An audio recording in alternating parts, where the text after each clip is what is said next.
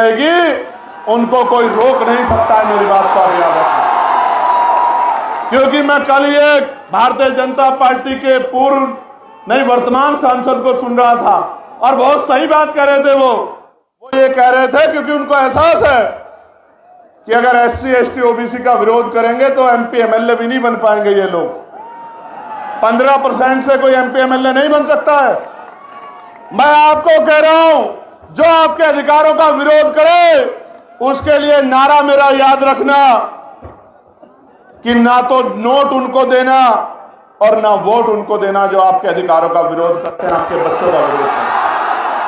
अपना नोट भी उसको देना और अपना वोट भी उसको देना जो आपके लिए सीना तान के खड़ा है, गोली की परवाह नहीं करता, जेल की परवाह नहीं करता, मुकदमे की परवाह नहीं करता, जो आपके आंसुओं पे अपना खून बहाने को तैयार है, आपको भी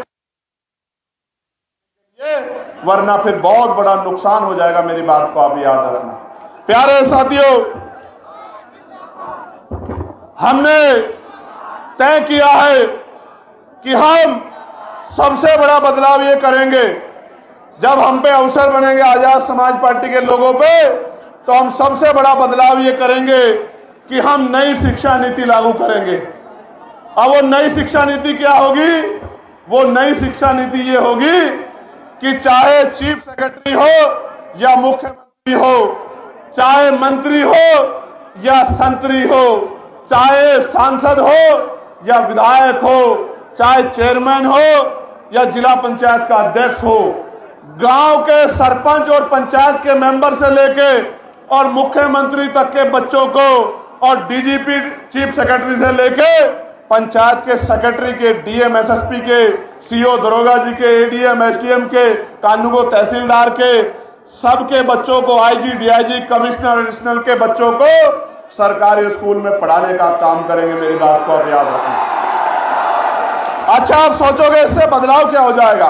मैं आपको बताता हूं इससे बदलाव क्या होगा।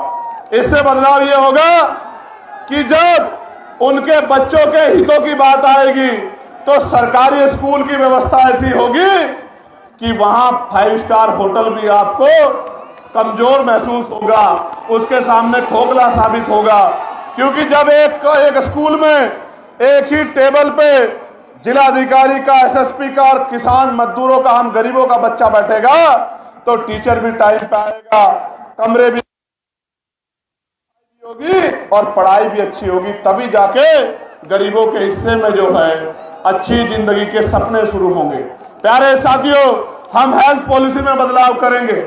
हम तय करेंगे कि जितने भी लोग कानून बना रहे हैं या जो कानून को लागू करा रहे हैं, उन सबका और उनके बच्चों का इलाज सरकारी अस्पताल में हो बीमार होने के बाद। जिस दिन ये होगा आप देखना, मशीनें भी अच्छी होंगी, एक्सरा भी वही होगा, सारे टेस्ट भी वही होंगे और दवाइयां भी वही मिलेंगी, बिल्डिंग भी अच्छी होगी, सुविधाएं भी होंगी।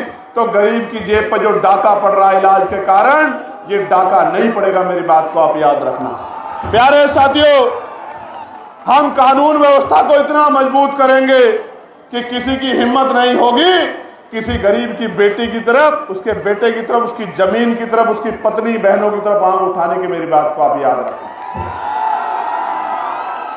और जो गुंडागर्दी करेगा उसको ऐसा सबक सिखाएगी पुलिस कि दोबारा पीढ़ी में भी कोई गुंडागर्दी करने वाला माफिया नहीं पैदा होगा। मेरी बात को आप याद रखें।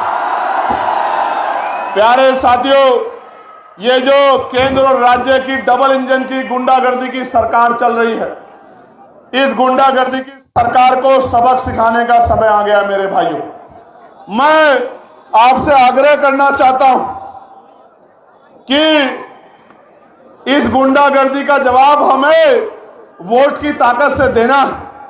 अभी वीरभानपुर में क्या हुआ? वीरभानपुर में क्या हुआ? सत्ता को खुश करने के लिए पुलिस के लोगों ने मेरी मां बहनों के ऊपर लाठियां चलाने का काम किया। पूरे गांव में कितनी मारपीट की आपको पता है। मैं इनको समझाता हूं कि भाई ऐसा काम मत करो। शराब के नशे में जाके आप गांव में अराजकता करोगे और जनता आपसे विरोध नहीं करेगी तो ऐसा नहीं हो सकता। इसलिए मैं इस घटना का संज्ञान लूंगा और जो अन्याय वहां हुआ है लोकसभा में, अब 9 तारीख से जब लोकसभा चलेगी, उस अन्याय को देश के प्रधानमंत्री के सामने दिखाने का काम करूंगा। उनको बताऊंगा कि उनकी सरकार किस तरह की गुंडागर्दी उत्तर प्रदेश में कर रही है गरीबों के साथ। ये जो धर्म की बात करती है, महापुरुषों के सम्मान की, भारतीय जनता पार्टी की डबल इंजन की गुंडागर्दी वाली सरकार मां अहिल्याबाई होलकर का कितना अपमान किया, उनकी मूर्तियां तोड़ तोड़ के जो है वो फैला दी, और जो नौजवान संघर्ष करने गया उनको लाठियों में पीट के जेल में बंद कर दिया। इतनी गुंडागर्दी कर रही है सरकार।